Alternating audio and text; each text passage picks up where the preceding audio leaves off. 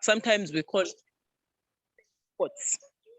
They're telling us that they were annually appointed. So the members to be in these courts, they would appoint them every year. And their work was to try minor cases. So now when they talk about minor cases, we knew that we just get to know that this was the role of the magistrate. But remember, there was also a main court. So these people who tried the minor cases in the petty courts would be appointed annually, meaning every year they would appoint those people. So in each district, there was a magistrate court. They also had a magistrate court, and each court was under a magistrate officer. And that magistrate officer was called a landrost. So when they came to a district level, they would have a court, which is called the magistrate court. And if those courts had a magistrate officer, that's why maybe it was called the magistrate court. And he was called, who was also the landrost, under a magistrate officer who was also a landrost. So he had two, can I call them like titles? He would be the magistrate leading the magistrate courts, and at the same time could be called a landrost. But one thing I will emphasize on the Council of Justice, it was basically a council to see how things at the courts, at the Cape would run, and how better and how far justice was actually going to be administered at the Cape. In other words, if they were to call for fairness, they had to decide how fairness, how justice was actually going to be administered at the Cape Colony. Can we go on and we see what next? What is next there?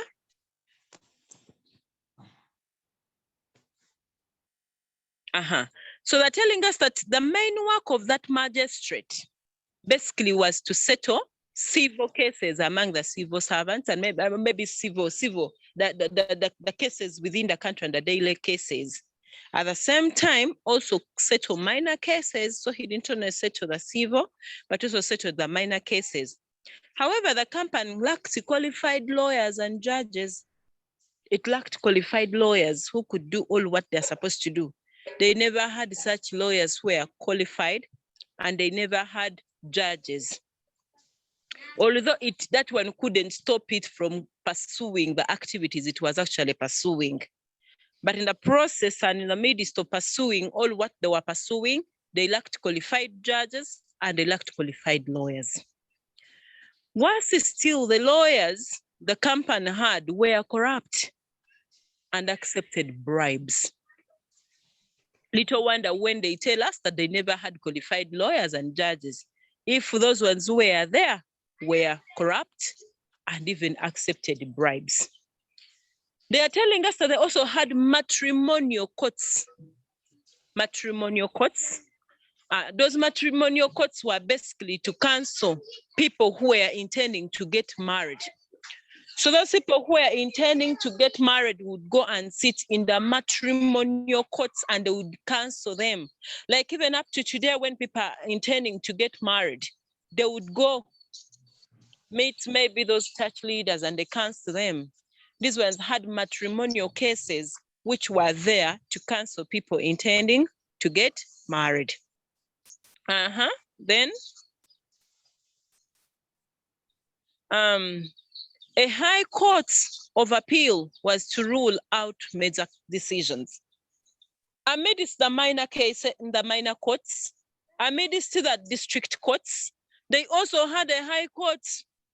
And this high court was actually to come up and rule out major decisions, because sometimes they had decisions which were major, that they needed a major they needed to take a stand in such a case. That's why they're telling us that even the high court existed. And amidst its existence, it was to deal with major cases and major decisions. A landrost was appointed for Stellenbosch district. He was to take care of the company interests there. Remember, they're telling us that this justice that these people administered went as far as the districts that they extended. It went as far as the far and far districts. That is what they're telling us here. That even in the appointment of the land roast, they would make sure that even in those extended districts, the Graf Reinet, the Stellenbosch, there was someone who was there, which person who would help us in the administration and in seeing how smoothly and how better the justice would be administered in such areas. They are telling us that when you look at the Dutch system of administration, the material court was set up. The court was to interview and advise the younger people intending to get married. I think that when we saw it. William, the next slide.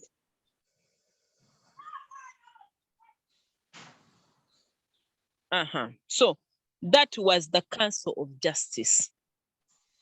Basically, get to know that all the things that we are discussing in the Council of Justice, it was aimed at bringing fairness, and it was actually aimed at bringing fair treatment. The next council was the Council of Defense, known as the Krijgsraad. The council basically defending, while the other one was fairness, this one was now to defend. The council was to attend to the defense needs of the settlers. The Cape had a local defense force made up of a Boer commando, aged between 16 and above years. So they had local defense councils, but they did not only have the local defense councils. We shall say even they had other defense councils, but the Cape had to have that one under a person who was aged 16 years to always settle issues concerning defense. Later, a large castle, a castle is like a barracks, was set up. And it was also set up to boost the defense, to make sure that how can we defend the colony? And how is the colony going to be defended against external attacks? They are telling us that, however, it is important to note that the Cape Colony was too big to be well defended. It was something very big to actually be well defended. And that security system was only near the Cape. So it was a big thing to actually be defended. It was a big thing to actually be supported. But all in all, as much as it was bigger, or it was big, they would try to bring in the defensive issue. They would try to bring in the defense of the colony. As much as it was big, or no matter the fact how big it was, they had to try. Then there was no clear policy of defending the settlers. That's what they're telling us. There was no clear policy. The settlers were to be defended. In the 4 districts, such as Swellendam, maybe even the Graf Reinet. There was no clear way, but they tried as much as they could, because as much as the clear way might not be there, but doesn't take away the fact that people could try, or people can try to see how better they would actually defend the colony. They're telling us that by 1689 AD, an official known as Independent Fiscal was set up. This was to supervise the administration of justice and finance. So they even had such an official, and was basically to supervise the administration of justice and to see how financial issues were also going to be run. He couldn't only end with supervising the justice, but he would also go an extra mile and see how finance issues would be. But all this is depended on defending the financial status, defending the administration. Look at how the administration will be made. Although they're telling us that this was a council basically for defense, but in defense, there may be even other issues that can be embedded there that this council was supposed to do.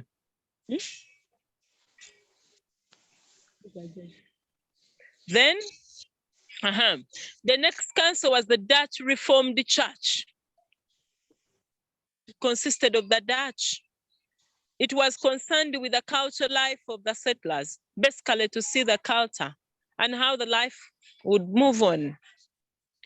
The church praised the dignity of the Dutch. It praised their existence. It praised their dignity over the other races. Remember, it's this church that we talked about that misinterpreted the Bible by teaching it the other way around, that we Africans were doomed and cursed. God forgot us. Remember looking at the story of Noah and his sons. We looked at Japheth, we looked at Ham and Shem. It's this church. It was only concerned with providing education only to the Dutch settlers, not an African. Even when it came to medical facilities, to only the Dutch settlers, not the Africans. It preached that South Africa was the promised land God talked about in the Bible. I told you it had the way it misinterpreted the Bible. Imagine saying that South Africa was the promised land that God talked about in the Bible. And they themselves were the Israelites that God talked about. So they had actually reached the promised land to govern the tribes which were there that God talked about. It preached that South Africa was their promised land and that the Dutch were the permanent rulers of it. I have the next slide about it. Also taught that the non-whites, in bracket the Africans, were born cast and doomed. They therefore had only to serve the Dutch because the Dutch were the promised people, were the masters. Africans, you had to just say, yes, sir, and you do the interests of the settler. You had to just keep quiet and do what the settlers are saying. You had to be obedient to the settlers. The ideas preached by the Dutch Reformed Church were responsible for the growth of racism policies, segregation policies in South Africa. We may find that this was the beginning of segregation. This was the beginning of racism. This was the beginning of all the differences that we ended up seeing in South Africa. The church also controlled the education policy at the Cape. It only set up primary or elementary schools that emphasized reading and writing. In other words, if Africans were to be given education, maybe they would give them education that would expose them to simple conversation with the Dutch. But basically, they were not supposed to study higher education. It would be later when men like Nelson Madikizela Madiba came up and they went and studied maybe and got education after especially the missionary coming. But at first they couldn't be exposed to such a chance. Then education was, however, provided to only the whites, not that. And there was lack of qualified teachers to provide qualified education to the Africans. They couldn't. The teachers, even the teachers that they had were their teachers. If you're not a Dutch, you need a teacher also to teach you. You don't actually need. The church also appointed teachers and the priests. There were no proper schools, nor classrooms where lessons could be carried out. In 1714, however, the first secondary school was established at the Cape. But all these that they are doing are actually in favor of the Africans. They are actually in favor of the Dutch, not the Africans. Whatever they are coming up with, whatever they are thinking of doing is basically on the side of those people, the whites.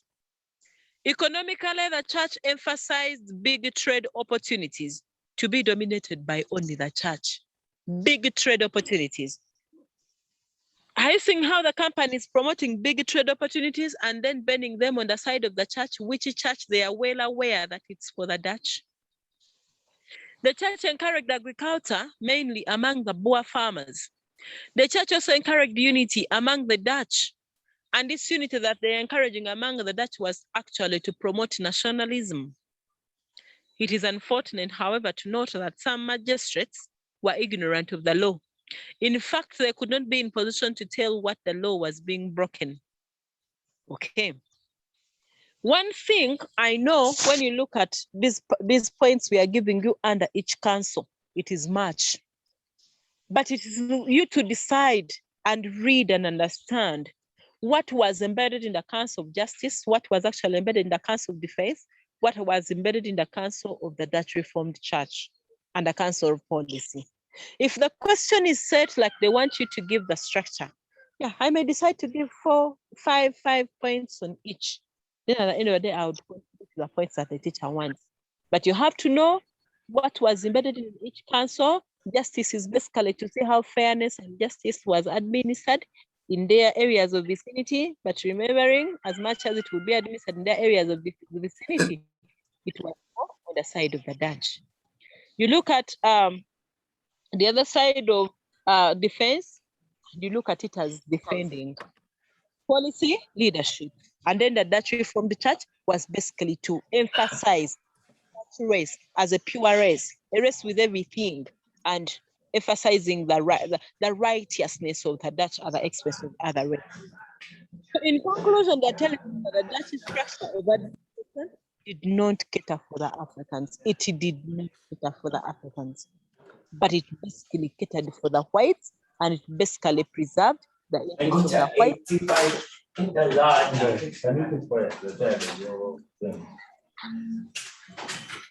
William? Yes, Madam Refti? Yes. I think somebody called Tracy should be mute. Somebody who is supposed to mute?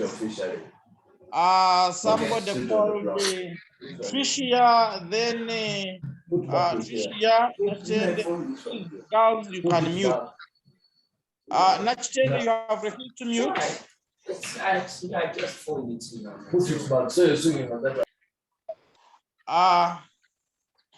Madam Resti? Yes, sir. Let us have questions regarding the Dutch paper as we are waiting for Mr. Kato Make Chiwewa to come and lead us to something else. Yes, has he already entered the class? He has not. I think he's on the way coming, but in the meantime, let us have questions. Then we shall go through if he doesn't come. Okay. Yes, Denise. Oh, yes, teacher, you talked about the land trust. What does that mean? They told us that in each district there was a magistrate who was in charge. Okay, in each district they would put a magistrate court under a magistrate officer who at the same time, if not called a magistrate officer, would be called a land trust. It is a title just. Okay, teacher, thank you. Thank you. Madam Resti, let the girls, Angel should mute, because Angel, why are you disturbing our lesson? You should mute. Let me have a question from Christine. Yes, Christine. Teacher, I wanted to ask that point the teacher said that they are not proper schools. Yes, I wanted to know. They said that the first school was in Cape, which secondary school was that? You're asking the real name of the school? No, I wanted just to know. I didn't understand the point.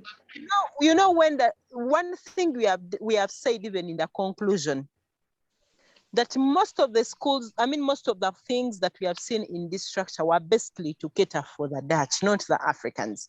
Even the elementary schools that they went on setting up, the elementary schools or the first schools, the primary schools were, or even the higher education, was more to favor the Dutch, not to favor the Africans. That's why Africans, if they were to be helped in case a chance would be, Africans would be exposed to simple things like reading, simple things like writing, but basically reading, simple conversation with the Dutch. That if a Dutch would come and is trying to talk to an African can say yes in a Dutch way, and the Dutch get to communicate with them. But all of the education that the DRC would emphasize, or the Dutch Reformed Church, because it was one of its cardinal role to provide education to the Dutch, the schools would be basically for the Dutch. And for them, they were after promoting education, which education would favor the Dutch, not favoring the Africans. Yes, Madam Rest, let us have another question from Letitia. Letitia? Teacher, do you mind explaining the point that had independent fiscal? I don't know why it was which slide. Let me push back. Is it there? No, it is not there. The areas priest control. Then that is the data. The tax of defense, I think. It was under that. Where we So no, the next The slide before. You've passed it. no. Child person. Eh? Try it 3 slides in front. Go back. Go. That one. There, teacher. They are telling us that in 1868, an official known as an independent fiscal was set up. This was to supervise the administration of justice and finance. Now, a fiscal policy is a policy to deal with taxation. When we say fiscal policy, you're dealing with things of how taxes are going to be collected, how money after taxation is going to be actually distributed, and how it's going to be managed. That is what it can be in economic term.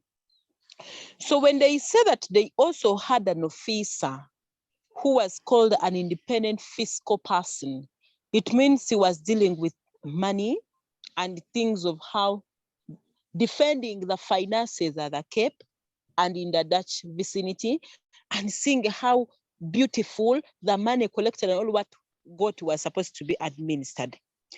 That's why they are telling us that he was to supervise administration, meaning administration, basically we need money. He was to say how it was supposed to be used, and maybe administration of justice and finances. He was to deal with, though we have brought it under defense, but they are talking now about justice. He was to make sure that finances are run well, people are defended, there is fair treatment. That is justice in how everything, in how the resources, in how the money and the finances were actually supposed to be used. So why they are calling him an independent fiscal or a fiscal officer, it is because he's dealing with issues of taxes and how money is got, how it is distributed, and how it is actually used. Yes, Madam Resti.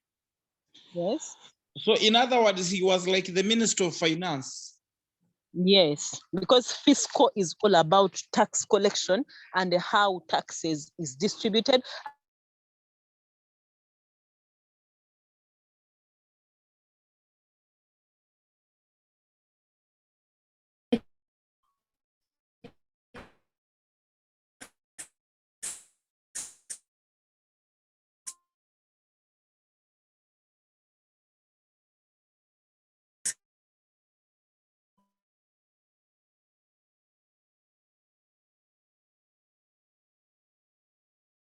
Excuse me, teacher, what difference between a petty court and a magistrate court? I would look at the word petty to mean something small. Petty name, petty court. It is not something very serious. It's petty, it's minor. So I would think the opposite of a petty court would be the major courts, main courts. Petty courts can even be equated to local courts. Local courts, petty courts, where petty issues, like if we are to come back in this Ugandan setting today, you cannot report a neighbor that he has stolen your goats or a hen, and you take that one to a main court, and you make even lawyers sit and judges. Those are minor courts, minor cases that you can settle in the petty courts of the village. In the local courts, you take to the LC, and the LC calls his council, and they sit and discuss such an issue. If you're a thief, they make you to pay. But I'll look at the main courts, slightly equal to a magistrate court. It will be a big court, a main court. That's why they even told us a magistrate courts usually were sitting at the district level. And that's where those bigger district cases would actually be administered. It is Madam bigger. Let us have Paula. Yes, Paula? Excuse me, Miss, can you hear me? Yes, I can hear you, Paula. I saw something on the last slide, like the ending slide, that said something about Boer farmers. I just wanted to clarify, who are these farmers? Are they the people who farm the dogs that are called Boers, or did they do something else? Boer farm. The Dutch encouraged agriculture mainly. The word, I remember teacher last time explaining to you when we were teaching, okay, difference between the Dutch and then the Boers. The Dutch who became farmers and took on agriculture and farming as a cardinal role were called Boers. So the word Boer means a farmer. Those Dutch which became Boers who became farmers were the Boers. So when they say that they encouraged agriculture among only the Boer farmers, if it was written among only the Dutch farmers, that would mean Boers. Those are the only people who carry down agriculture. And the land would be reserved for only those people, the Boers, the farmers, who were actually supposed to farm, who were actually interested in farming. Okay, Miss, so they have nothing to do with the dogs. Madam Resty. We got to the next. I don't know whether Denise Sarah is having a question, but if she has, let her ask. Let her be the last. So, teacher, you talked about how they had the matrimonial court. Like they would cancel and address those intending to get married. So, like, what if a Dutch came and like he wanted to marry an African? Would they approve of that? Or they wouldn't let them marry maybe an African if they wanted to marry an African?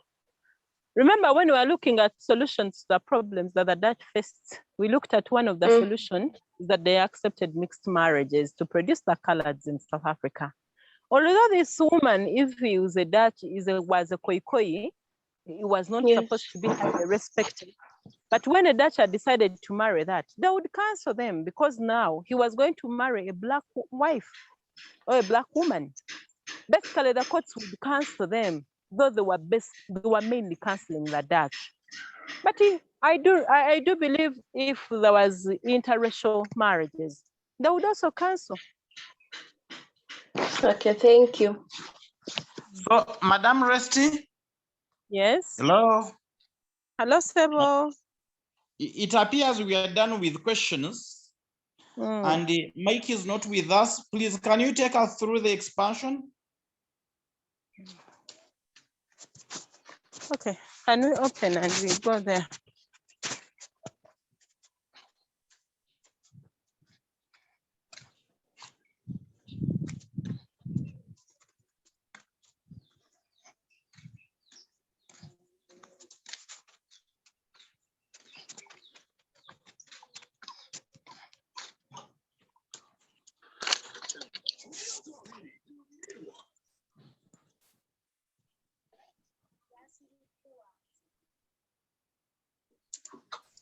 Hello. Yes, we are there.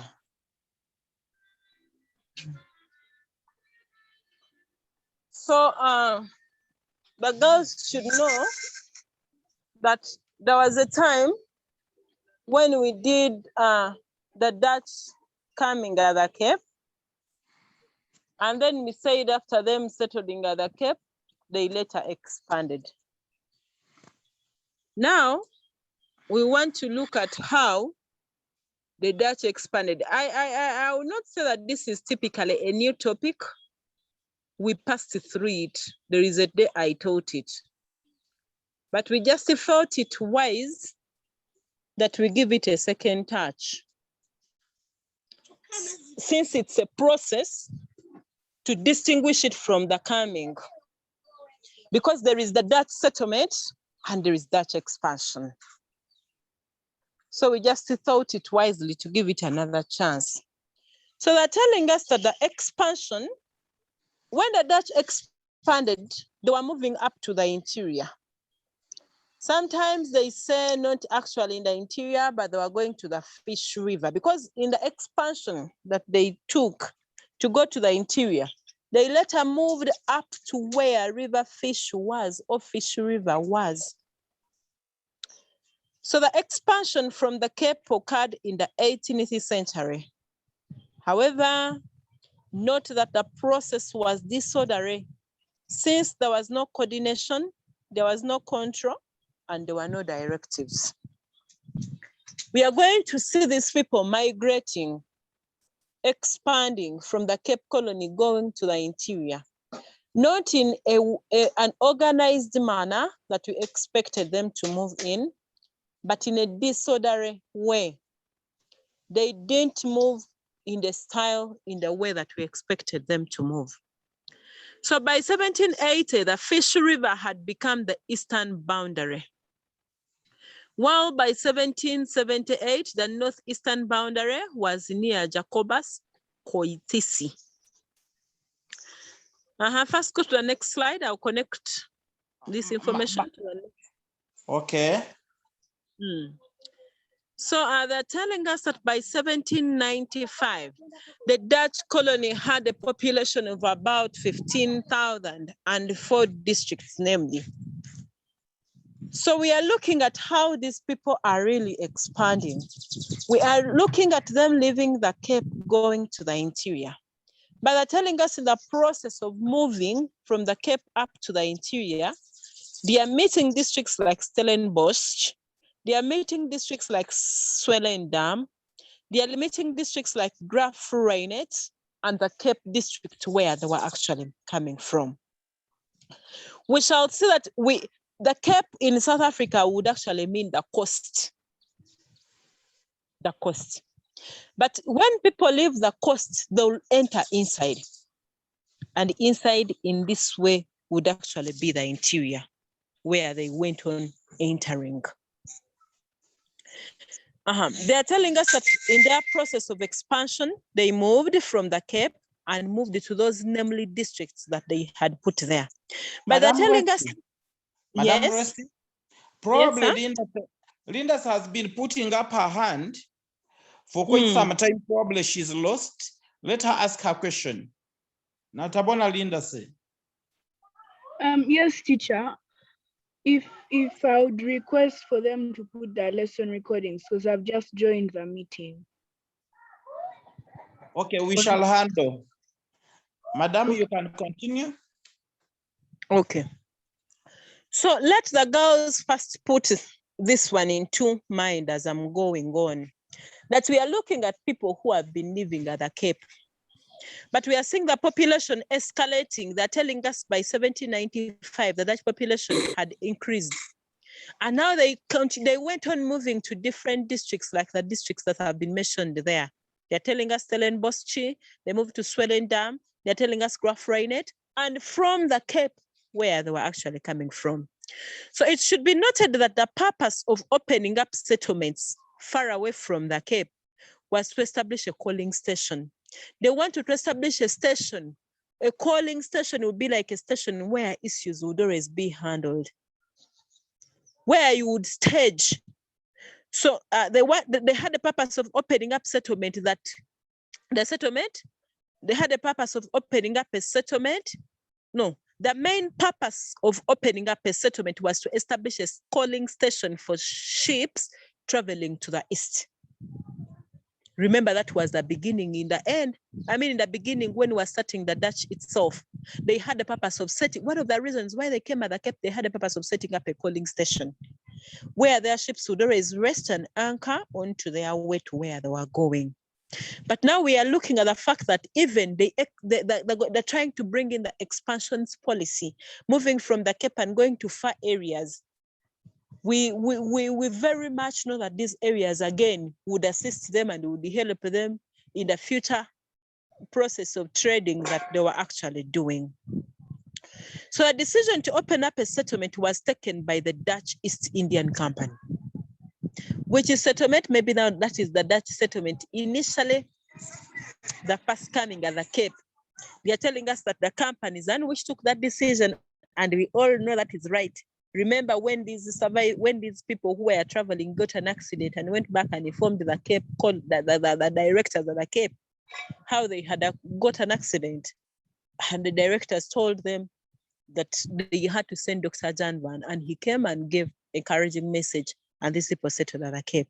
So we are now still looking at how they came at the Cape. The decision was taken by the Dutch East Indian Company for them to settle at the Cape. After settling at the Cape, we are looking at the population increasing, and after the population increasing, we shall see the expansion. So Jan Van Riebeeck was the first governor. William, is this part of what we are doing? Hello? William? Yes, it is continuation, continue. It is going to be clear down. Okay, when Jan Van Riebeeck came in the first place, they are telling us that he was the first governor that the company said to come and really see if what they are talking about at the Cape was the beautiful thing. So the instruments he received from the company limited what he could do. His main tasks were to plan a vegetable garden, to make sure a supply of fresh water was available, to trade with the Khoikhoi for meat, to build a fort, and to build a small hospital. Remember when he came, after the company had sent him, that is what he did. As can be seen in A and B and C, were all connected with supplying the passing ships of the company with fresh food and water. Was so that the sick sailors could be taken over a ship and treated for their illness. So once they had recovered, they would be put on another ship passing the Cape.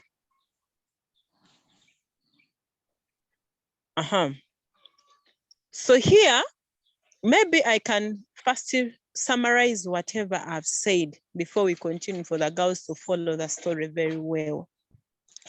Just get to know that the expansion cannot start from the out of the blue called the expansion. No. We are looking at these people getting the Harlem accident in the beginning. After them getting the accident, you remember, they had to inform the company people about what they had got after staying at the Cape for some time. We looked at the scenario that after informing the company of what they had actually got or came into, remember what we said, that the company told them that they wouldn't trust their words, but they were going to send Dr. Jan Van Riebeeck to come and see whether these people, what they were talking about was actually the gospel truth. Remember when Riebeeck came, they have given us the commands that the company gave him to discover A, B, C, D, and E, which Riebeeck did and discovered whatever the company was actually telling him. So we are again looking at a scenario that after them settling at the Cape and being there for some time, they really discovered and saw the beauty of it. They stayed there for some time. But remember, with the increasing population, these people got to discover or got to see that they can live far beyond the Cape and expand. That's when they're adding in the districts of Stellenbosch, they're adding in the Graaff-Reinet, they're adding in these other districts, Volendam, to go live as far and far and far as the Cape was concerned, than all of them comparting and being in one place. So now we are going to see how they are going to do the process and go far, far, far and expand to where they actually expanded. Could you take me to the next slide? I think it will connect with my story very well. So they're telling us that the expansion, William, first go to back, sorry, could you take me a little back to the slide we have been with, the last one, the other side? Okay. The company did not want the colony to expand. Girls, note that. These people, that's why in the beginning we said that the expansion was disorderly. It wasn't organized. People are doing all the expansion to their own wish and to their own will. But they're telling us actually the company was not in for it. as if the company was not in for what these people were doing, as if the company was not actually doing what these people were doing. Can we go on? Madam Resty? Yes. I just want to inform the girls not to log out simply because at any time from now, we are going to start taking a roll call. Okay. So it even thought of cutting a canal to make the Cape Peninsula an island. Because the company, all these things are now being done by the company because the company doesn't want them to expand. That's why they're telling us of the company thinking to even cutting a canal to make the Cape Peninsula an island. Jan van Riebeeck planted an almond hedge to show the border of the colony, to show where the colony of the Dutch would pass, and to show where maybe their entities were actually supposed to be passing. In 1657, 9 ex-soldiers were released from the company service at the Cape and officially opened up a colony at the Cape. Each of these soldiers were given 13.5 acres of land. So 9 soldiers, ex-soldiers, or 9 soldiers came and were released from the company service at the Cape, and they officially came and opened up the colony at the Cape. When you look at all these points, they are directing us and they are showing us how the company actually was not in for what the late Dutch people were going to do or were going to come up with, and that is what we call a settlement. You're seeing how those soldiers, when they were brought, they were even given land where they would stay. They were even given the demarcations of the land and land where they would actually gang. The only attempt by the company to build up a colony was to send about 200 French Protestants to the Cape. The Huguenots had been expelled from France because of their religious beliefs. Even the bringing in of the Huguenots to come and settle at the Cape Colony, as they are showing it to us here, was basically still to make sure that the Dutch people don't move away, they don't expand, but they stay at the Cape without leaving. That is a clear sign that the company itself did not lead the journey for the expansion. That they even brought those 9 soldiers to help them. They even brought in more other people to help them. It even thought that bringing in those Huguenots or the Huguenots to make them be there. To make them be there and protect or keep whatever these people had actually, the company had wanted to keep, because they were not actually interested in expansion. Let me see the next slide. By 1662, the Cape had about 120 settlers after the death of their brothers who had died because of malaria.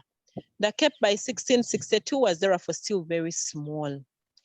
The company tried to set a limit on the expansion of the colony, but as the population grew, it had to extend the boundaries. Now look, here they're telling us that even when the population reduced, still we are looking at the aspect of expansion still in the minds of the populace or in the minds of the people. But they're telling us the expansion was always limited by the company up to when maybe the company will ignore and leave it. That's why when we went to the reasons for the expansion, there is a point that I mentioned that they had no strict rules and regulations from the company that were limiting them to move. So because the company wasn't limiting their movement, they ended up migrating and moving whenever they felt like they wanted to move. New districts were now set up after the company leaving them to go. These are the districts that I talked about the other time when we were beginning. They went to Stellenbosch, to Swellendam, and Grafreinet. The colonialists settled in areas which were good for farming. The colonists, those people who went to the interior, they would go to areas that were sweet for farming. The settlers of the Dutch and the French extraction became known as the Afrikaners or the Boers. Those are the ones who had moved into the interior. They later became farmers, and those were the Boers or Afrikaners, those Dutch that Afrikaners were also Dutch, but Dutch with that extreme love, the Dutch with extreme nationalism, that they were purely Dutch. And in most cases, they had long lived at the Cape, and they had long lived in the Dutch areas, that they didn't think that they would be challenged in living there. So in 1676, Verberger, a company commissioner, began expanding the Cape Colony to bring in more land for the settlement. They began expanding to make sure that they got more land for settlement. By 1685, there were about 150 families at the Cape. The territory was expanded to 50 miles. They went and expanded 50 miles in radius. Because of maybe the population that had gone in expanding, they went and they moved up to 50 miles in radius. By 1695, the Cape had become stronger. Settlers were self-sufficient and were involving in producing meat and wine. So we are looking at some people at the Cape, and then we are looking at those ones who are actually expanding. So by 1700, the Cape was 55 miles in radius. It later expanded to 100 miles. Why am I using the Cape being 55 miles? Because it's stemming at the Cape and moving to the far districts, meaning it's the Cape that they are looking at expanding and going far and far to areas where the Cape actually wanted to expand. And by 1705, the company exercised the farm control over the Cape Colony and greatly taxed the farmers. They greatly taxed the farmers. By 1750, the Cape Colony had expanded 255 miles in radius, and by 1775, 500 miles inland. All these are expansions from the Cape entering inside the interior. The more I count miles, you're showing how they go deeper and deeper and deeper, indulging and expanding into the Cape Colony, into the interior of South Africa. The colony reached the Fish River in 1780. At this time, the Cape had expanded in eastern and northeastern direction. By the time it reached the Fish River. By 1795, the colony had 4 districts now: the Stellenbosch, the Graaf Reinet, it had the Swellendam, and the Cape where was the stemming district where these people were coming from. Though the Cape district was the major district, but it had even these other headquarters. So they're telling us the expansion of the colony was disorderly and caused many wars with the Africans along the Fish River.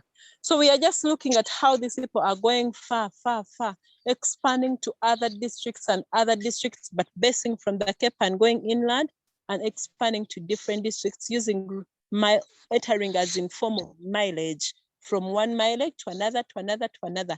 At the end of the day, they ended up going as far and far and far as they were concerned. I beg William to add on a little on what I've said, how we can try to distinguish the expansion from the coming. Madam Ressa, you have said it all. What I think, the girls should know that expansion is a chronological order. You are starting from the Cape and moving inwards. And when they look at the points we have given more than 20 points. When you are discussing in an examination situation, you might not give all the 30. You can give what you remember, the 15 or 16 points. That is all I can add on, but let us get a question from Letitia. I'm sorry, Letitia. Teacher, by greatly taxing the farmers, do you mean heavily taxing or? Yeah, that's what we mean. Okay. Hello. Letitia, we mean heavy taxation when we say greatly taxing the farmers. Na Ntongo, Angel, and then Anita.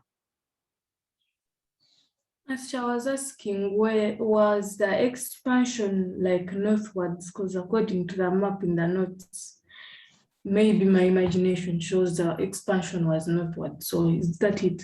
It was taking an eastern direction. It was moving northeastern and eastern direction. When you look at this map, Probably let me bring them up and you see. You see it is eastern direction and northeastern direction. Is that clear? Yes, teacher. Okay, we go on and we see some other person putting up the hand. Anita? Teacher, Yes. when they bring this question in the examination, do you Yes. write it in paragraphs or you write it in paragraphs? The way we have given it in paragraphs, that's how you write it. You should take note that when we are answering history questions, we use the paragraph system. Okay. Next, Linda said. Does it have to be organized? Yeah, it has to be organized and in a chronological order from the first point towards the end, the way Madam Reste discussed it. Okay, you can't begin with the last point. Like in the causes of expansion, you can begin with any point, but also you have to give an introduction. This way you begin with you are narrating a story, but in the form of points. Okay? Teacher. Yes. Teacher, what if you only have, teacher, you say that there are more than 20 points. What if you only remember 15 points? Do you write if you the remember, 15 yeah, that is okay. You might not complete the story. The 15 points you remember, the 15 correct points will be marked. Okay? Okay, thank you. Berita, yeah. Remember, we don't have time. Joel, you can give us 3 more minutes. Berita? Noted. I was waiting for something like that. Okay. Teacher, now for the structure of administration, when they ask us to define for the structure of administration when they ask us to explain it, do we first give an introduction, then we explain each council? Yes, the way Madam Reste put it, you give an introduction and then you might not give all the points because when you look at that structure, each and every council has around 10 points. So those are about 40 points. And you need to note that questions in history, they want about 15 points. So you can give 5 points under each council. Yes. Teacher. Times 4, those are still enough. Okay. Natabona, Linda, sir, you are the last. Teacher, I'm asking if they give 2 separate papers of history because we are learning history of East Africa and South Africa. Yes, actually, the papers are different. Africa is paper 1. Then you do it differently, separately. It has 10 questions. Then you wait on the timetable. There will always be another paper 4, which has 8 questions. Okay. I hope we are done with questions. Girls, we have posted all the notes on the Google Classroom. That is the Khoisan, Khoikhoi and Khoisan, then Bantu, then even the notes of the Dutch, including what we are teaching now and what we are going to teach next week. All the notes are there. So I have put a comment that copy all the notes in your own handwriting. We want you to write the notes. Okay? So we don't need any complaints about the notes. And when you come back to school, the first thing to check is whether you have all the notes. Thank you. But there are many.